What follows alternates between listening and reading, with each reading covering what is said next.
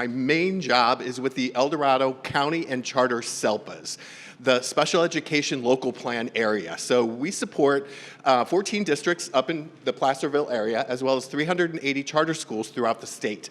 So we're a really large organization that supports students with disabilities. 100% of my contract is with SIP, SIP, Supporting Inclusive Practices Project. And that's a CDE-funded project, and the funds go through El Dorado County. They fund me, they fund a program specialist, and we support Northern California LEAs that are in our project to create systems around inclusion.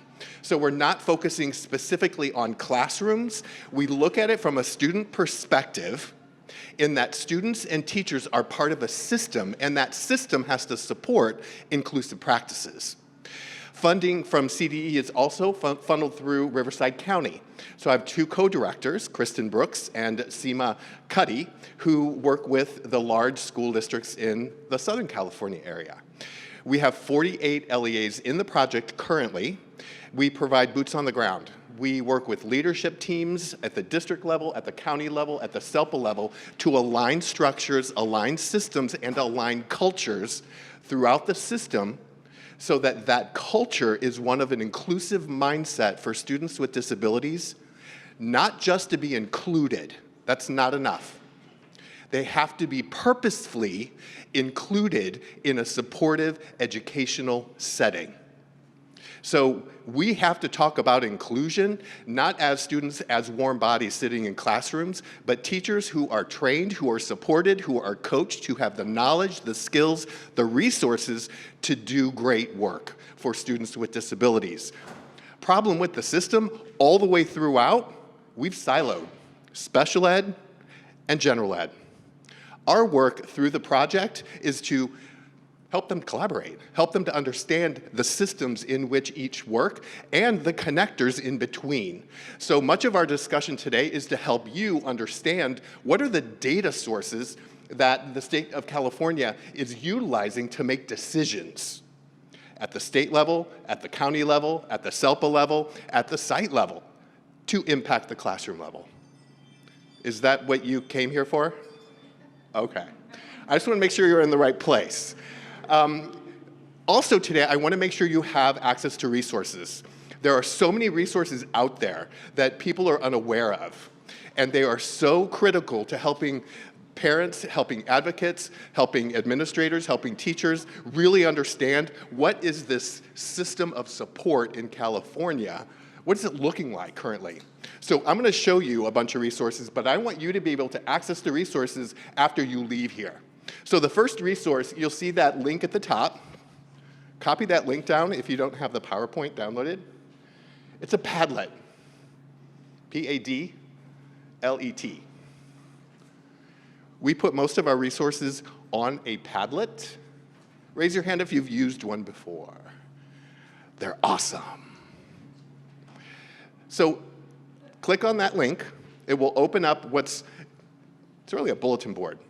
An electronic bulletin board where I've posted all of the resources that I'm going to talk about today. So you log in, it will pull up a bulletin board, you click on any of the resources, it will ask you if you want to download it, go ahead and download it, and then it's your resource to use whenever you want. Okay? So the PowerPoint is on it, as well as the handout that came out, and a bunch of other things. So I'll keep referring you back to the Padlet. That's where you find certain resources. We are also on social media. We have increased our presence over the last year twofold, at least, on Facebook and Twitter, SIP Inclusion. We push out pretty much resources and activities and things that are happening around California pretty much daily. Our goal is to create a community throughout California across projects and across levels within the educational system. We also have a website. Our website is www.sipinclusion.org. You can access information on inclusion generally. You can link into all of our free events that we sponsor. Did you hear I said free? At no cost.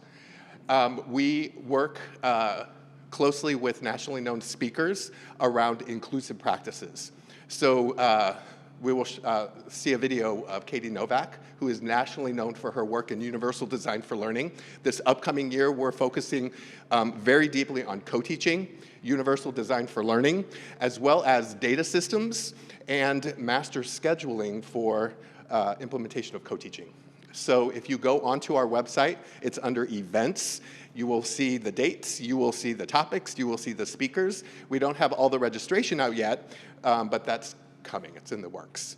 Wanted to make you aware that we do have a DRDP webinar coming up, and that's September 17th. Registration is up on the website, or if you contact me, I'm happy to send out the registration flyer. But it's an hour-long deep dive into how to administer the DRDP, as well as collect the information and generate reports. So it's very, very useful, foundational for collecting data to make informed educational decisions. That's pretty much what we do. All right, here's our mission statement. Tiered technical assistance to local educational agencies. And what makes us unique is that we do boots on the ground work, sitting at the table with leadership teams to help them make decisions and guide them. We do not dictate what their priorities or initiatives are. We help to integrate them into what they're already doing. Our focus is to create enabling environments for teachers. Why do you think that is? Why is our focus on teachers and not specifically students?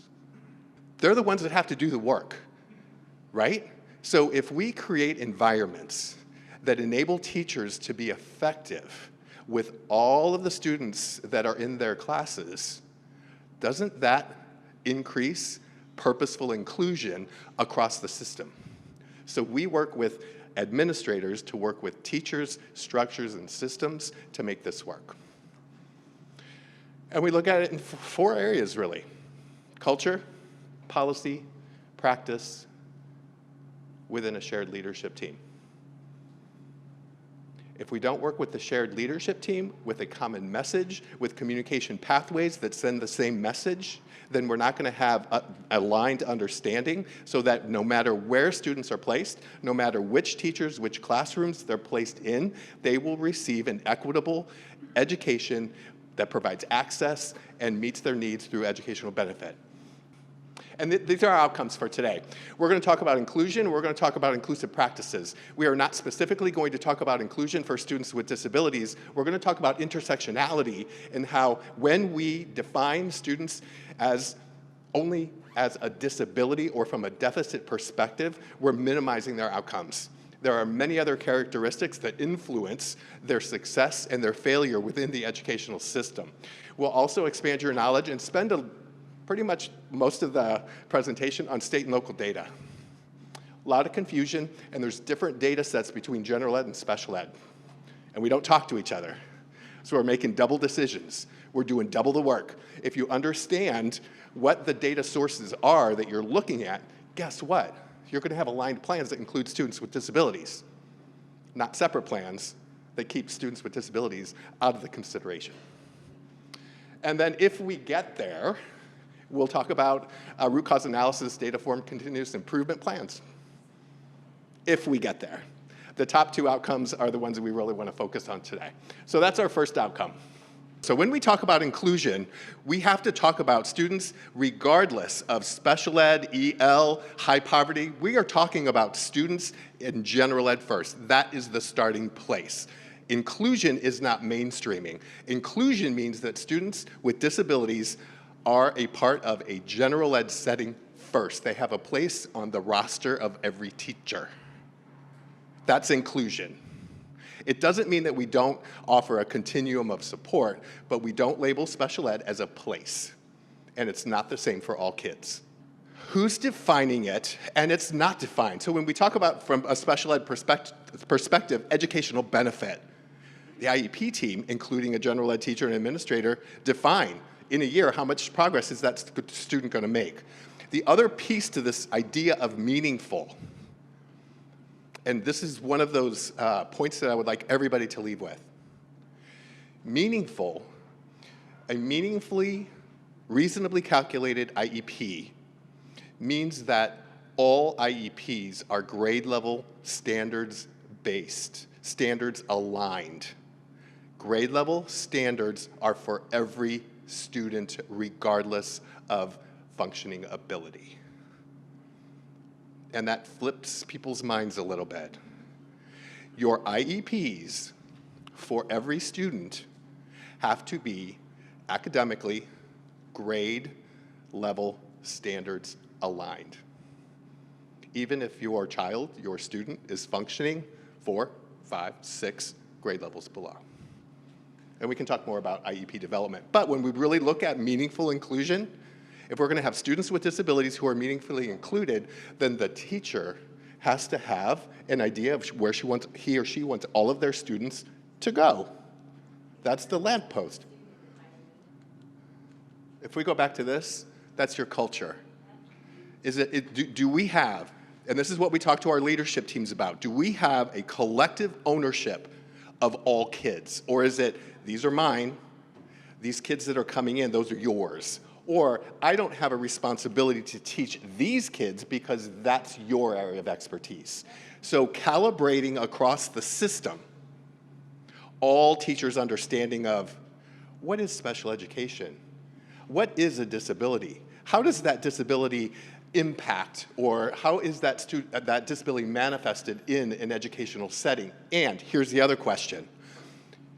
If we also define students with disabilities as that being their primary identity, we've just lowered our standards and we've minimized outcomes. You're welcome. I'll continue saying it wherever I go. So we're going to talk about intersectionality, and intersectionality is a key component to identifying where students and how students are educated. And here's the other piece around culture. Everybody listening?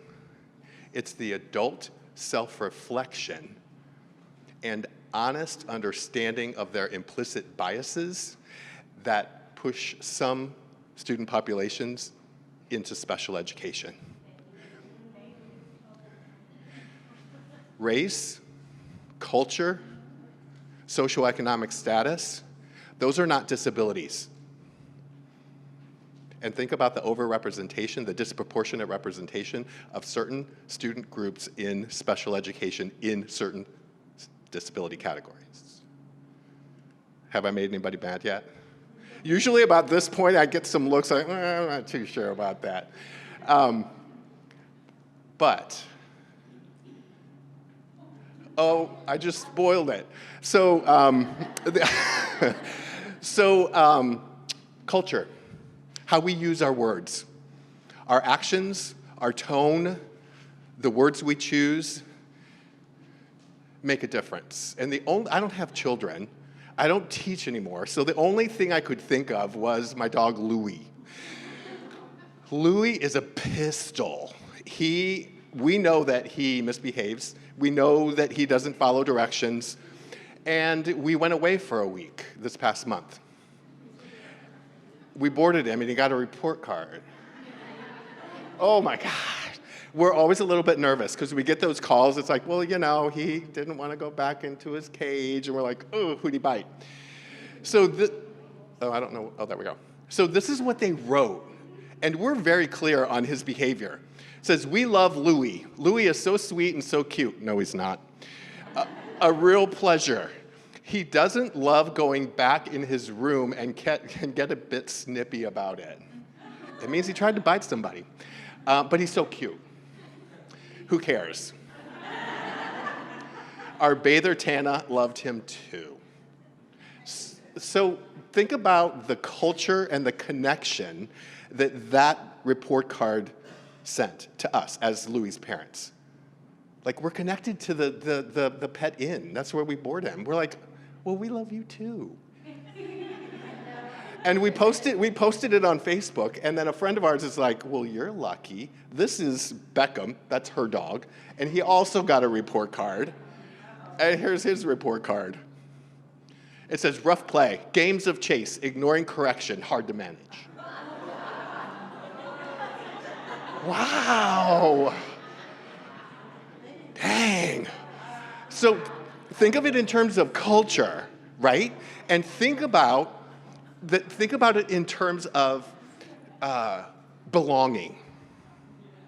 Belonging, connection, all of those ideas that make a culture inclusive or not inclusive. Culture's your foundation. That's why it's at the bottom of the triangle.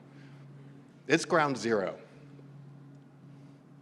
Think about the impact that privilege, lack of privilege, implicit bias, prejudice all have on special education.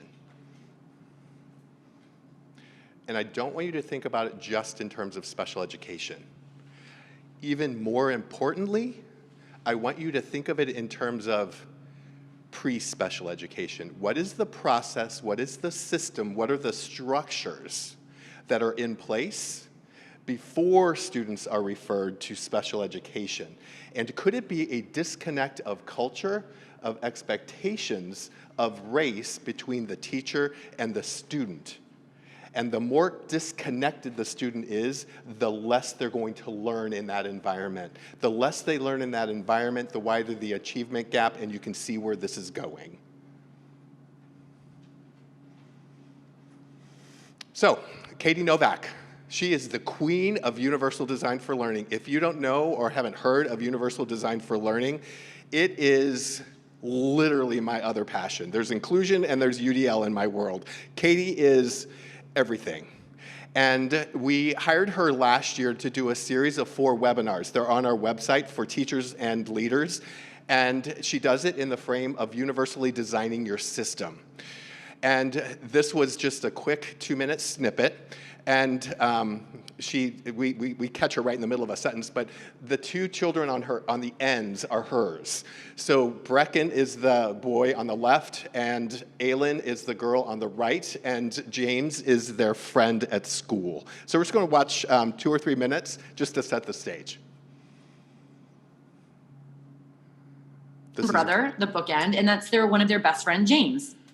And James has Fragile X syndrome, and he's almost completely nonverbal, and obviously, significantly developmentally delayed cognitively. And they are just the 3 best of friends. And the really cool thing about this story here is that, Aylin, from the first time she met him, she was like a warrior for James. And so when he was in 1st grade, when he gets really excited, he flaps his hands a little bit. And so he was running outside doing tag, and he was flapping his hands, and a bunch of little girls went up to him and said, "Why do you always do that with your hands?" And Aylin sees this across the playground, and she comes like busting across. And I hear this from a teacher who's my colleague. And she said, "Hey, ladies, if you're going to mess with someone, you're going to have to mess with me." And this is just like a little ball of fire. Now, I'll tell you something else about my daughter, Aylin, which is that she has severe combined type ADHD. And for all the amazing strengths and beauty and fire she brings into this world, she can also be really impulsive and dangerous and violent. And those are ways that you could describe her, but that's not her. She's just Aylin, and she brings all these amazing strengths to the classroom, and she also brings these amazing areas that she needs to work on. And so what's really beautiful about this picture to me is that Brecken is significantly above grade level, and James is significantly below grade level. And Aylin exhibits behaviors that most classroom teachers will never, ever want to see. But the 3 of them are in the same class together all day, every day, and they are challenged and they are supported equally because of Universal Design for Learning. And in most places in this world, they would be separated. And they would be separated because there would be a belief that Brecken deserves more, that he deserves better, and that James can't do it, and that Aylin doesn't belong there because she can't behave.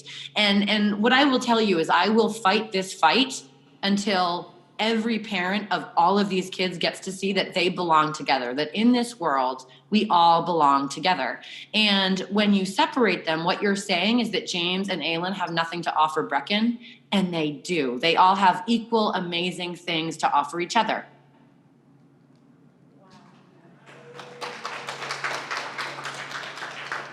So one of the missing components from the video is that it takes systems and structures in order to make that happen.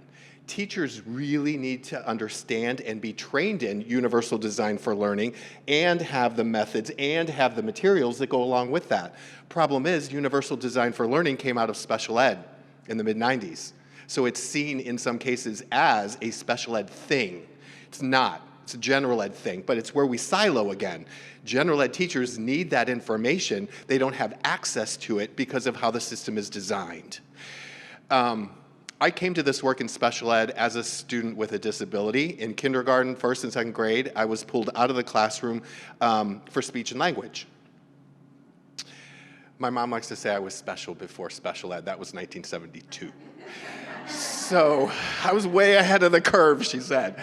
But I vividly remember 45 years ago what it was like to be pulled out of a classroom, walk through the school, walk through the upper grades, and get to my speech room. I remember the names of the two kids in the session before me. It is so deeply rooted because of that separation and not knowing why. I will never, it's a driving force for me. And we're going to talk a little bit about intersectionality, identity, and perception. Educational equity is the civil rights issue of our generation. Sometimes we forget every other aspect of a student once they receive an IEP. We define them, and we forget who they really are, how they function in this world, how they can also be an asset to the classroom setting. We focus on that disability piece. Well, that's a student with an IEP. They're separate funding. Therefore, I don't have to own them. I've never met a general ed teacher who didn't want a student with a disability in their class. I met a lot of general ed teachers who are fearful for doing the wrong thing and not knowing what to do. It's a systems issue.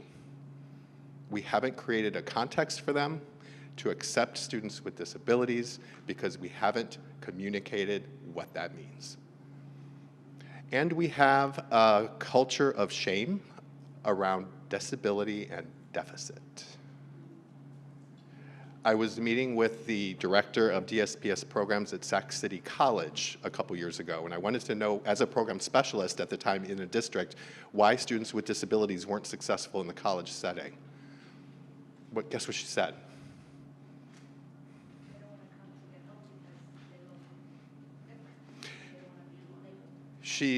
You said that they didn't want to come for help because they didn't want to be seen as different. It's one reason, or labeled. Maybe not the correct accommodations. What is it? Bullied. Fear of being bullied. She said, you know, my concern is that they're dropping out. My bigger concern is they drop out so quickly. They're here a couple weeks and out they go. Part of it is we have not given them the skills to self-advocate for themselves. We don't talk about disability. What we don't talk about in our society turns to shame. They're shameful of who they are. The other reason, they don't want to be called out. They're in a new environment, and because of that shame, they don't want anybody to know. They don't know what to ask for. They're shameful. They don't want anybody to know. They'd rather drop out than reveal themselves. Think about that. And think about where those thoughts come from within our system. How we interact with students with disabilities, how we approach them, how we teach them, how we isolate them, how we exclude them. So another really one of my favorite videos. This is from Teaching Tolerance. We have started to integrate a lot of information around intersectionality because we do focus on the disability so much. We need to step back and we need to understand that different races, different cultures, different characteristics coming to the table are of value and need to be considered as a strength to the educational experience. So go ahead. Intersectionality. Have you heard this word before? Even if you have, you might not know what it means. Let's take a look at it. The first part's easy enough. Intersection, a place where things come together.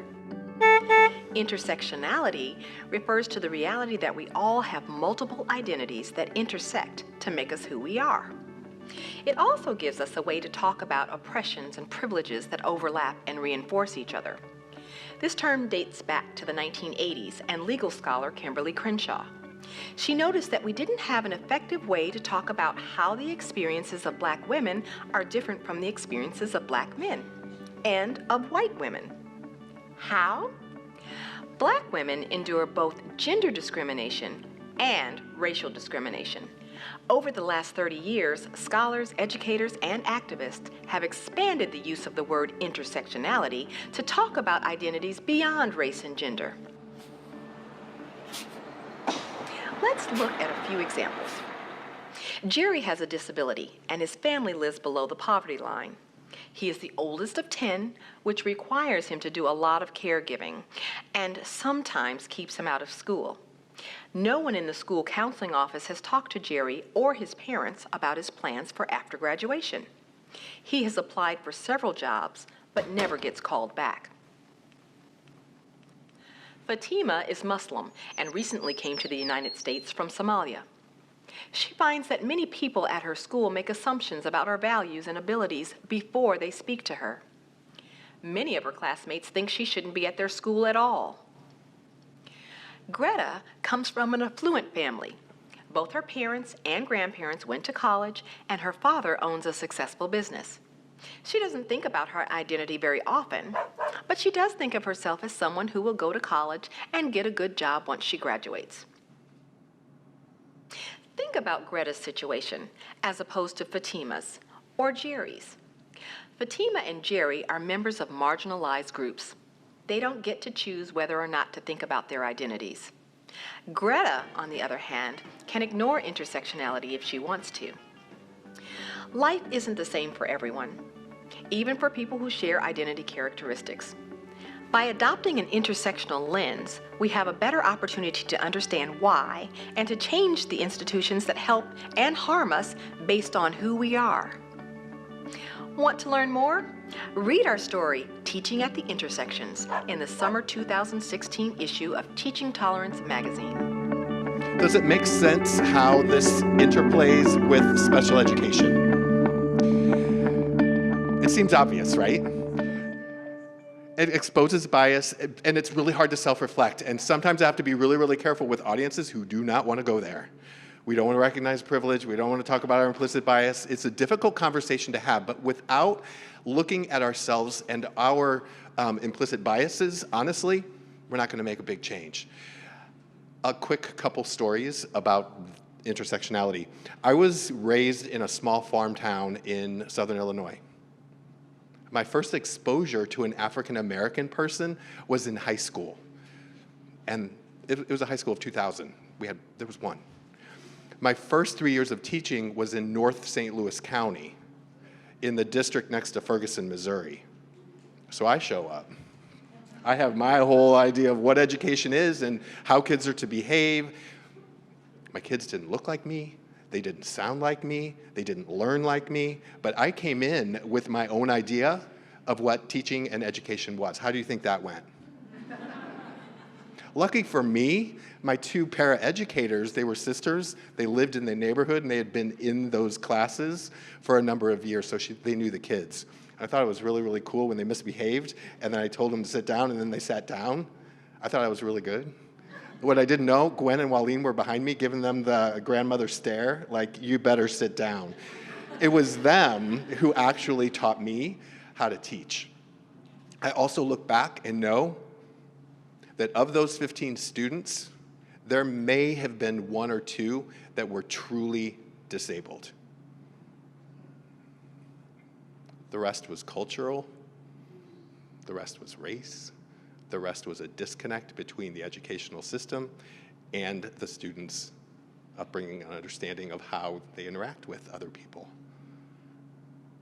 The only way I could be successful is to understand my students as much as I could, be a part of the community, ask them and their parents, help me understand, help me be better. So I wonder where they are today. The other, and really what got us on this is, have you heard of the Human Rights Campaign? It's an LGBTQ organization that helps with civil rights. And they have a huge conference every year. for educators, for psychologists, for counselors to really help with the bullying and the depression that is in the LGBT world. What I didn't realize, and this is where intersectionality came up, they had breakout sessions for special education in 504s. And I'm like, what in the world does that have to do with this amazing conference that we're attending? So of course, I was interested and sat in. The disproportionate representation of LGBTQ in emotional disturbance categories because of depression, because of bullying, is the connection to a disability category. It's not that they are special ed, it's that the system promotes disconnect, which puts them in a special education setting. It's the intersectionality, looking at race, looking at sexual orientation, looking at gender. Comments? Questions? Yeah. Here. We want to hear what you have to say. Hello, I identify as a gender non-conforming person myself, so I do understand that there are even different identities even within the LGBT community. It's not just a uniform thing. So even inside LGBT, there is also some people who are more privileged, and so that also exists. And like as a gender non-conforming person who uses singular they them pronouns, and that's what I told the organizer, that put your pronouns with the name when you introduce, because that makes people like us more comfortable. Thank you. Thank you. Yeah, so where do I go from here? And really, not to make this whole thing personal, but I'm a white, middle-class male. I have every privilege. The world is designed for me. My only portal into intersectionality is LGBTQ. That's the only way I can understand the experiences of marginalized populations. As a teacher, it's critical. It's critical to understand where our students and families come from. So, moving on to inclusion. What is inclusion? It's educational equity and access. It's not dump and hope. It's not putting a kid in a class and hoping for the best, and we see that a lot. That's where the system comes into play. That's where, and this is another point, before the students get into that general ed class, there had better be systems and supports in place prior. You're not making it up as you go. Sense of community and belonging. It's not general ed with a one-on-one untrained aide. That is not a support. And it says nothing about the person. It's that we are not training our paraeducators to be effective. I trained 150 paraeducators in Stockton on Monday in a church on a stage. They were the most dedicated and passionate audience I think I've ever been in front of.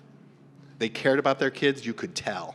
They were also pretty upset that they're not trained. They're also pretty upset that general ed teachers weren't in the room and administrators weren't in the room. Yeah, they were calling it out. It's educational benefit. It is not just mainstreaming. It is not taking kids out of a class and putting them in a class. It's that they belong in that class. Interdependence and independence. It's not line of sight inclusion.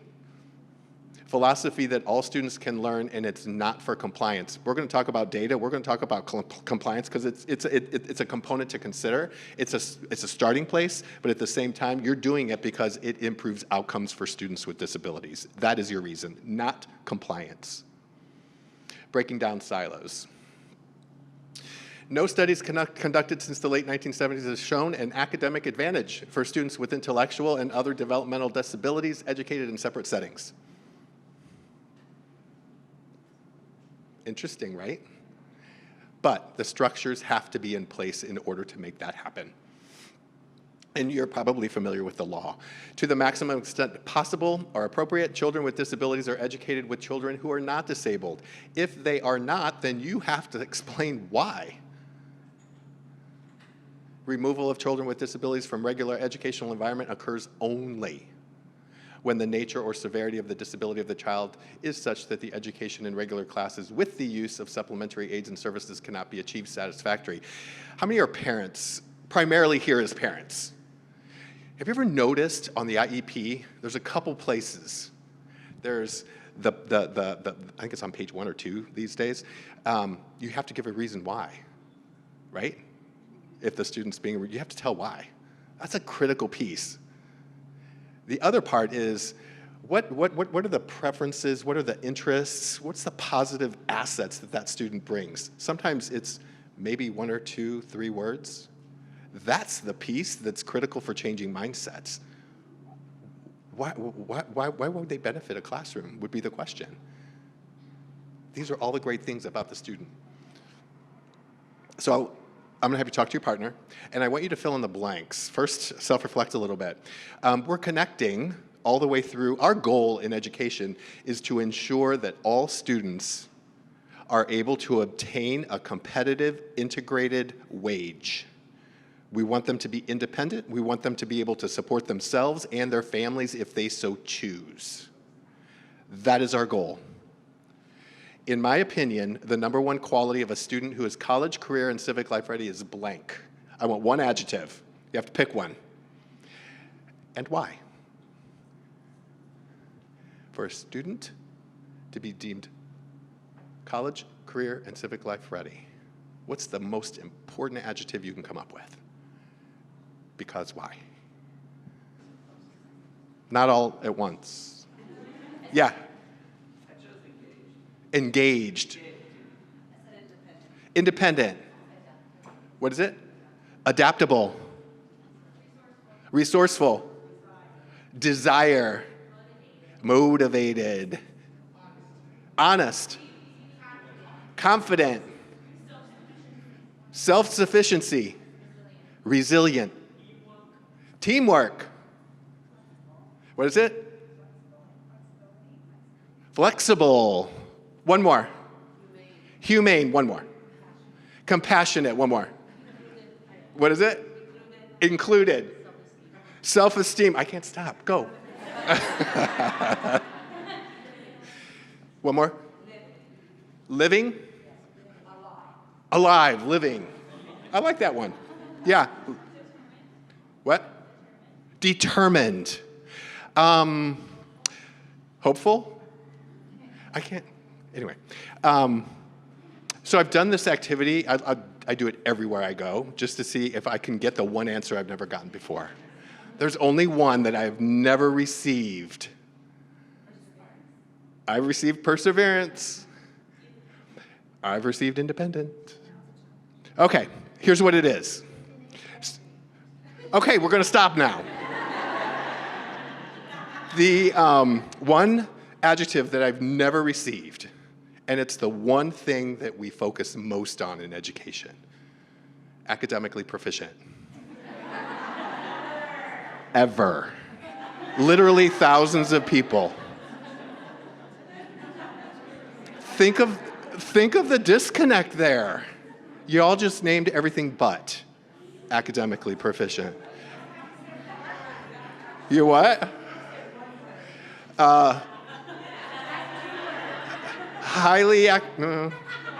Good at academics. That's where we'll leave it. All right. So in California, now we've got to get a little serious.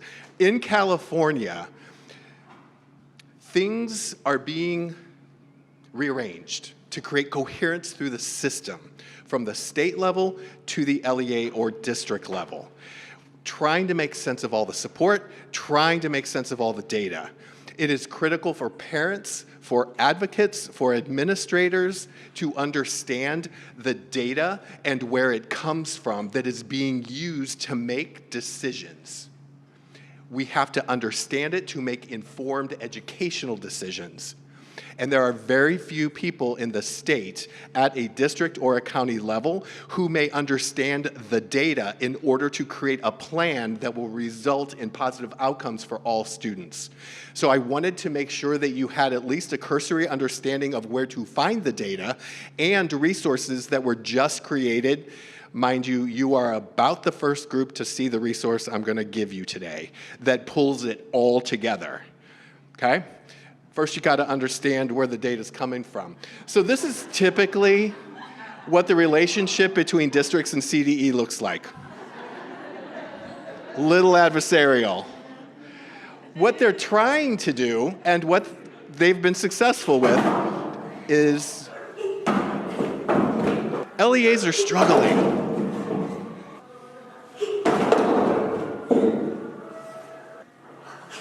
Hopefully.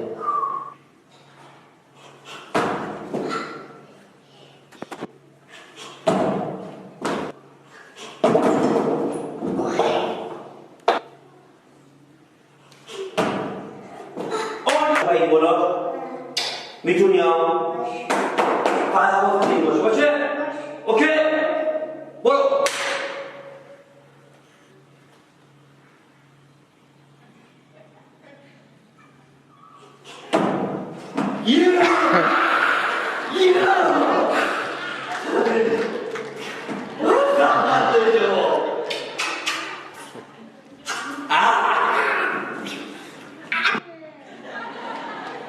Really trying to change that relationship to a more supportive, collaborative one. So one of the major plans that are being created by all districts is the LCAP. The Local Control and Accountability Formula is the new funding system, and the plan that districts create to spend that money on certain subgroups of students is called the Local Control and Accountability Plan. So that's one of the major plans. Here's the question.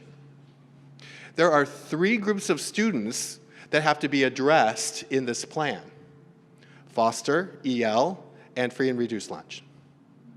So there are most, I would say, plans that don't include students with disabilities. But if we look through an intersectionality lens within these 3 groups, foster, EL, free and reduced lunch, about 70% students with disabilities are included in those 3 groups.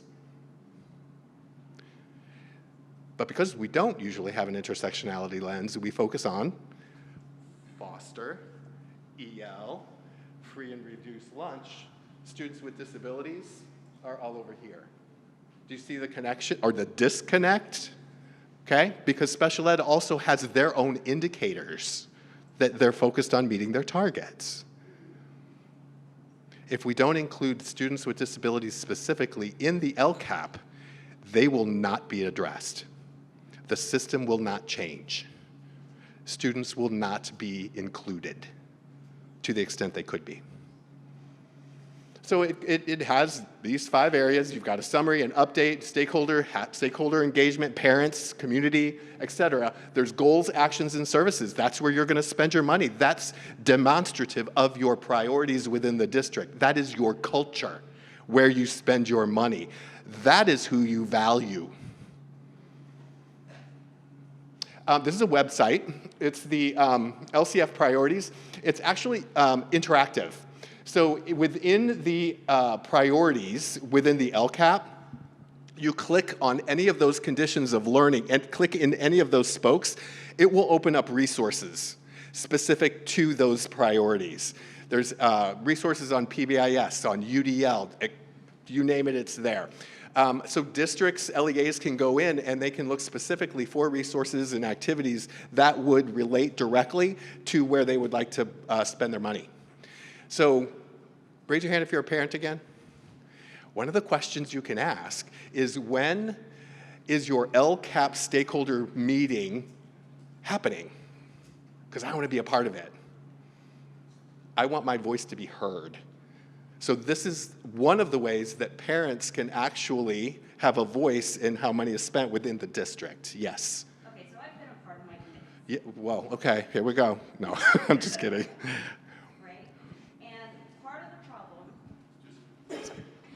And part of the problem that I find is that when you have one, possibly two parents of students with exceptionalities in a room of, let's call it 35 administrators and educators without students with exceptionalities, even if you want to be heard, you get drowned out. So I'm not going to take no for an answer. It's my approach. As a parent, if I had kids, I'm not good enough. I'm going to go to my CAC meeting, my Community Advisory Committee meeting. I'm going to find those parents in the district, and I want to bring my posse with me so we do have a voice. But CAC is in special ed. LCAP meetings are more in general ed, in the general population. Again, we're seeing that siloing. Many of our districts don't even know outside special ed that we have a CAC meeting. Many parents don't know that there's a CAC meeting. Now you know. Ask, be a part of your CAC, and create a special education voice in the development of that LCAP. So this is what the California statewide system of support looks like. So it's in support of the local educational agencies, the districts and charter schools. The county offices are supposed to support the LEAs with their resources.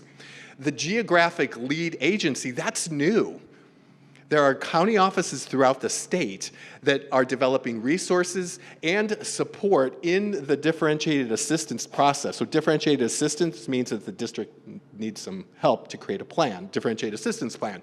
County office GEO leads are supporting the local educational agency in doing that. Around the outside, you'll see all the lead agencies that are helping geographic leads include students with disabilities, equity, math, MTSS or SUMS.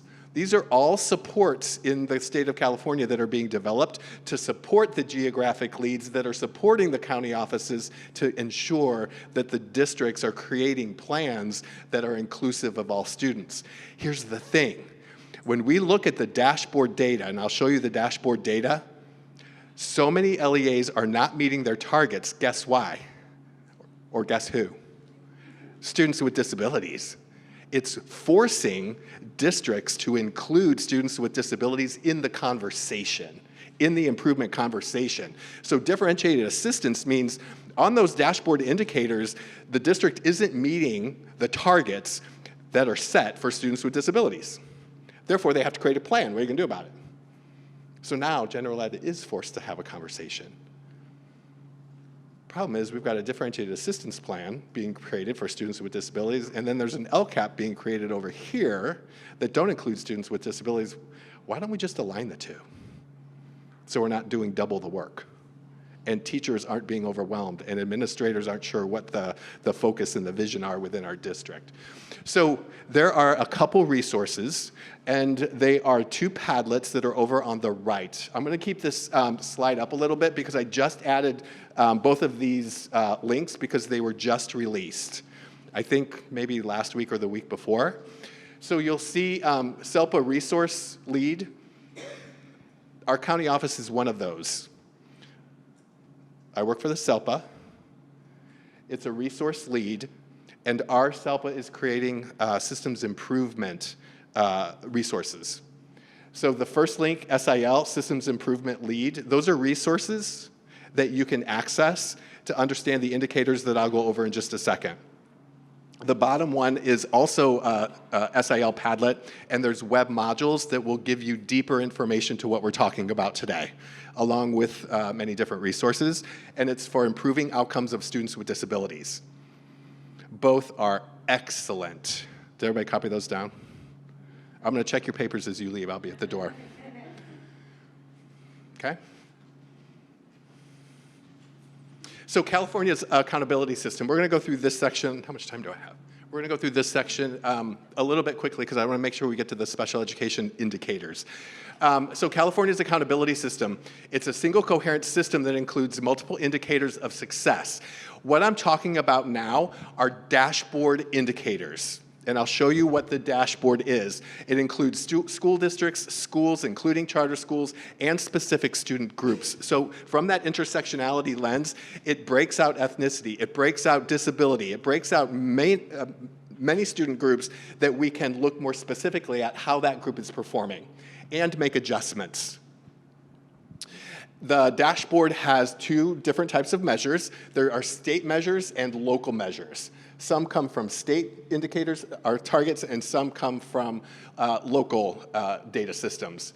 It assists in identifying strengths and areas of improvement for districts. The information from the dashboard is used to create the LCAP. And this is what some of the information looks like. They've got the speedometers, that I call them, and they have state indicators that are represented in blue, green, yellow, orange, and red. The farther to blue, the better. So they have highest performance, lowest performance, and they have local indicators that say met, or not met for 2+ years. There's a 5x5 chart, and what I really like about the dashboard data, it's just not one viewpoint, one moment in time. It's actually status and change. So the current status, what are you doing, how are you performing right now, and have you made improvements? So it combines those data systems, and this is specific to graduation rate. So students could be in red, orange, yellow, green, blue, and it'll break out specific student groups within this 5x5 chart. So you can see where students with disabilities are, you can see where white students are, you can see where Hispanic students are, okay? Local. You go to this website, find your school district, find your school, and it will tell you how the students by subgroups are doing. I'll give you a second. You just type in the name of the district or school. If you type in the district, it'll give you all the schools in that district. Everybody got it? Okay. So this is how it breaks out. It'll give you information on chronic absenteeism, suspension, English learner progress, graduation rate, college and career, English language arts, mathematics. Those are all the state level targets, and then the ones that don't have the speedometer are local targets where the districts are collecting their own data. And it'll give you an overall student data, student population within each of those subgroups. Each one has an indicator card. So when you go into your district or when you go into your school, you can flip the cards and it will tell you within each of those areas how each student subgroup is performing. So this one is academic performance. English language arts and mathematics, if you look at just the first two, it'll tell you, it's called an equity report. It'll tell you how many student groups are within each one of those color categories. So when you flip the card over, it'll say students with disabilities are red, African American might be red, white might be orange, English learners yellow. It'll tell you which subgroups in English language arts fall within each color category. And then you can do an equity comparison. So if we have white students who are blue for English language arts, and we have students with disabilities or Hispanic students that are red, we've got a disparity in equity in our school or our district. See how that works? That information is then translated into the LCAP. That's the overall plan. So the CASP, this is the statewide academic system. So it's the California Assessment of Student Performance and Progress. This is the English language arts and math. Those tests the students take every spring, SBAC, okay?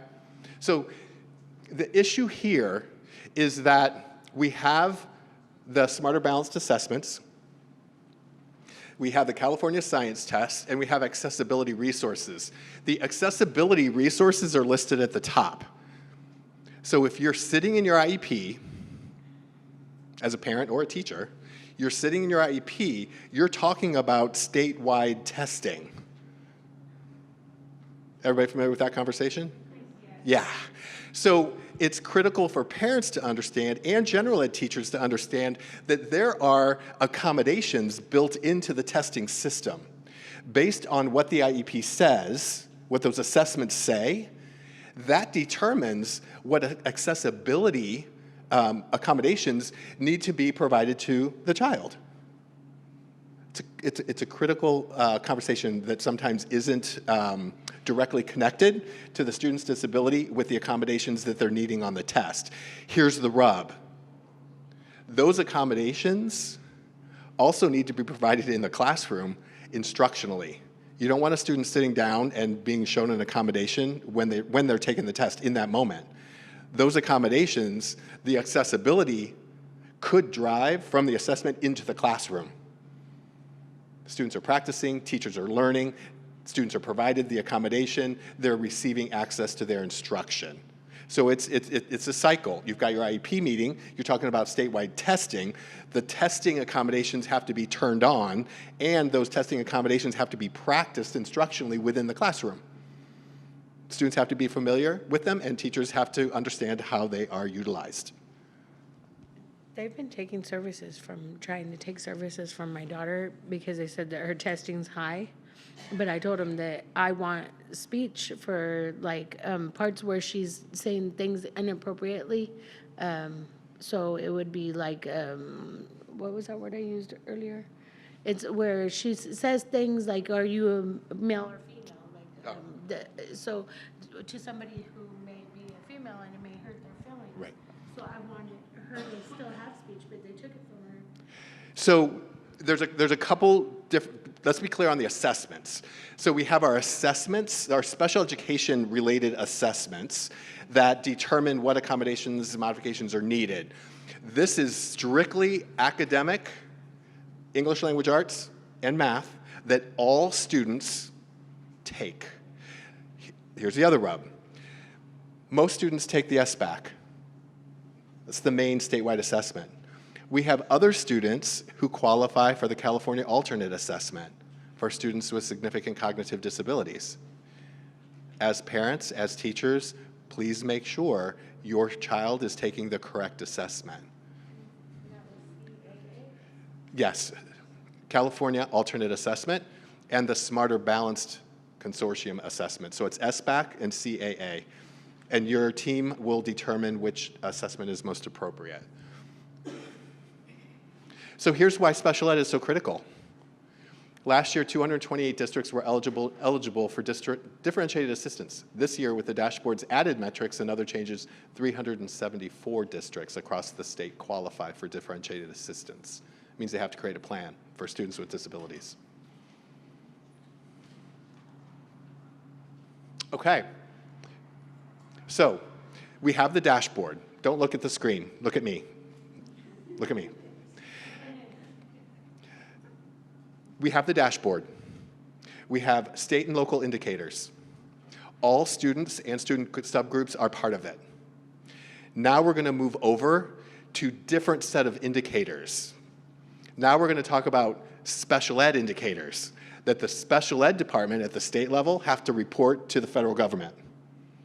So this is why it gets confusing. We've got indicators on the dashboard that everybody uses, and then we've got special ed specific indicators that are different. Okay? So the quality assurance process, QAP, contains a number of processes that the special education the department at the state level have to go through when districts don't meet their targets related to students with disabilities. And we'll go through what those are. You have this handout, and I wanted to make sure, this just came out. This is that new resource that nobody else has.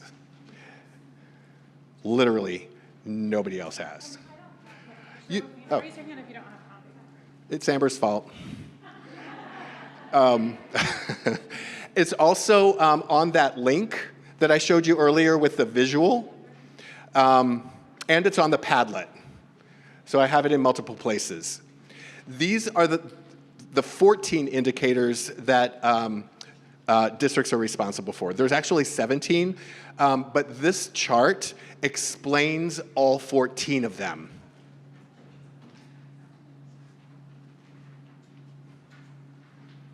On the front is the first 6, and on the back are the last 7 through 14. and it gives you a connection, and this is why this chart is so valuable. It takes the special education indicator here, and it relates it to the LCAP priority and the dashboard. So it connects least restrictive environment is indicator 5 in special ed. Translated over to the dashboard, it's access to broad course of study. So least restrictive environment in special ed terms translates to access to a broad course of study on the dashboard. So now we're connecting what we just learned about the dashboard indicators, we're making a connection over to the special education indicators. So these indicators are then described in the second column. Where the data comes from, comes out of CASEMIS or the California Special Education Management Information System. It's where information is put in, like from IEPs, for example, and then it's pulled out. This is where the targets are. We just said QAP. I'll talk about what these QAP processes are, and then the LCAP, and then the dashboard. So these are the more general. These are specific to special ed. And then that's the other 7 through 14. So for example, when you're on at your IEP meeting, there's a percentage of time that students are in general ed. You know what I'm talking about? That little percentage calculation. It's entered into your IEP. It comes out in this indicator.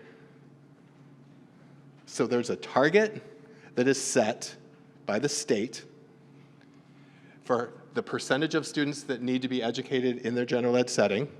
If the district does not meet that target, then they go into a QAP process or they have to create a plan. So the IEP information for percentage of time in general ed, that number gets collected, it gets reported to the state, it comes out as their least restrictive environment percentage, and then it's determined whether or not they meet their target or don't meet their target. If they don't meet their target, wouldn't it make sense that in their LCAP, they put it here? What are you going to do about least restrictive environment for students with disabilities? It's directly related to the plan they're creating around LCAP.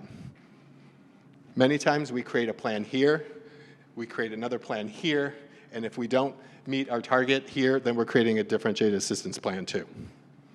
It doesn't make any sense. And it's why we're creating silos. So this chart just puts everything into a at-a-glance perspective on the indicator and the data that's collected at the state level. So can you understand why there's so much confusion around the state? Okay, so here's the other thing. This is just an at-a-glance.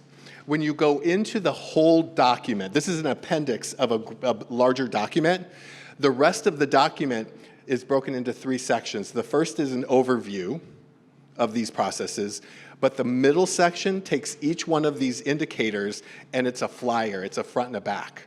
So if a district doesn't meet a particular indicator target, they can just take that flyer and then they can get a really deep understanding of what that indicator is and how it relates to the dashboard. So there are 3 activities that if a district doesn't meet their target, there are 3 activities, state processes, that are related to the special ed indicators that districts have to go through. So the first takes these indicators that I just showed you on that chart. It separates out 1, 2, 3, 4, 5, 8, and 14. Those are called performance indicators. They're related to student outcomes. So you can see graduation rate, dropout rate, student outcomes. Statewide assessment, student outcome. Suspension and expulsion, student outcome. So you see that these are not related to compliance. You're not checking a box. You are determining whether or not students are receiving equitable and positive outcomes as a result of their education. So this QAP, this quality assurance process, is called PIR, Performance Indicator Review. And they have to create a plan if they don't meet their targets. based on the special ed indicators. So here we are. We've got problems in, let's say, our special education dropout rate, number 2. We also identified that we have a dropout rate, or a dropout issue, based on our dashboard. We've got one plan being created in general ed. We've got one plan being created in special ed. We've got a whole lot of activities that have to be done. It's chaos, right? Align the system, include students with disabilities. And then we also have disproportionality as a quality assurance process. These are the indicators from the chart that are related to disproportionality. This is a civil rights process. And they're adding preschool to this. And they're now doing preschool reviews.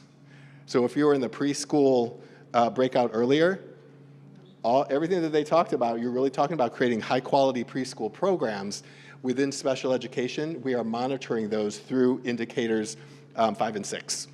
So if you look on that chart, look for indicators, 6 and 7.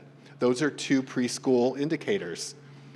As a result of a preschool review, they could find that they are not meeting their targets. Performance indicator review, so this is, or report. This is just the indicators that are related to that one QAP process. And what the PIR process is, it's just LEA disproportionality. Oh, this is just the different one. But I did want to focus on significant disproportionality.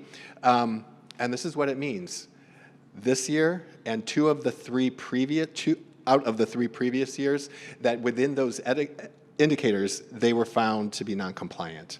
The State Department will come in if they're significantly disproportionate and expect them to write a correction plan.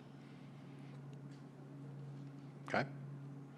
And remember, this is the civil rights one. This is where we look at students comparing the race with the disability category and determining whether there's disproportionality within that particular subgroup. And then this is the compliance. This is DINK. This is filling in the boxes, checking the boxes, and making sure that you're meeting all of your timelines. If LEAs are found to be non-compliant, they also have to do corrective actions. Okay? And then these are the indicators that are part of the DINK process. We're looking at annual IEP timelines, triennial IEP timelines, and then indicators 11, 12, and 13. This last section I'm not going to go into, but I wanted to include it so that you had access to it. When districts are creating their plans, they have to go through a process. Part of that is a root cause analysis and determining activities and creating an implementation plan. So that's why California is moving from here's the data, here's the target, you didn't meet your target, here's the plan, here's the process by which you would create your plan. So root cause analysis processes like empathy interviews, fishbones, 5 whys, all of that information is in the rest of the PowerPoint, and it's on your Padlet. So you have access to all of that information, because I always know that I have way too much. There is one resource that I didn't put on the PowerPoint, but it is on your Padlet. You can actually go into the CDE website, and you can look up your district based on these 17 indicators and see whether or not they've met their targets. So go on the Padlet. It's called the APR website, Annual Performance Review website.